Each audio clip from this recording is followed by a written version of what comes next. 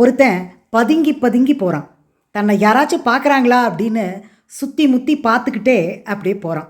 அப்படி போய் என்ன பண்ணுறான் அப்படின்னா, ஒரு விஷ பாட்டில் எடுத்துகிட்டு போகிறான்.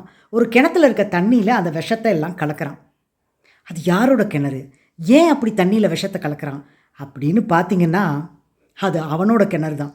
ஏன் விஷத்தை கலக்கிறான்னா, அவனோட பக்கத்து வீட்டுக்காரன் இவன் கிணத்துல வந்து தண்ணியை திருடி குடிக்கிறான், தண்ணி எடுத்துகிட்டு போயிடுறான் அப்படிங்கிறது இவனுக்கு கோவம்.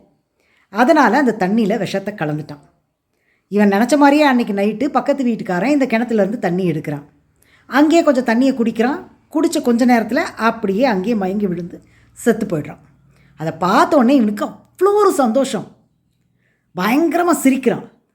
அப்புறம் கொஞ்ச நேரம் கழித்து அப்புறம்தான் அவனுக்கு தோணுது, ஐயையோ நாம் எந்த தண்ணியை குடிப்போம், நமக்கும் இந்த கிணறு மட்டும்தானே சோர்ஸு, தண்ணிக்கு வேறு வழியே இல்லையே அப்படிங்கிறது அப்புறமா தான் அவனுக்கு தெரியுது. இப்போது இந்த தண்ணியை இவன் குடித்தாலும் செத்து போயிடுவான், இந்த தண்ணியை எடுத்து யூஸ் பண்ணலனாலும் தண்ணியே இல்லாமல் செத்து போயிடுவான். யாரையோ தண்டிக்கிறதா நினச்சி இவன் தன்னைத்தானே தண்டிச்சுக்கிட்டான். இப்படி பல சமயங்களில் நம்மளும் அடுத்தவங்க மேலே இருக்க கோபத்தில் அவங்கள தண்டிக்கிறதா நினச்சி நிறைய திட்டுறோம், பயங்கர கோவப்படுறோம். என்னென்ன நம்ம கோவத்தை வெளிக்காட்டுறதுக்கு என்னென்ன பண்ண முடியுமோ எல்லாமே பண்ணுறோம். ஆக்சுவலாக அது எல்லாமே அவங்கள பாதிக்கிறத விட நம்மளை தான் பாதிக்குது அப்படிங்கிறத நம்ம புரிஞ்சுக்கணும். அவங்கள திட்ட திட்ட நம்ம மைண்டு ஸ்ட்ரெஸ்ஸுக்குள்ளே போகுது, நிறைய பிரச்சனைகளை நமக்கு கொண்டு வருது.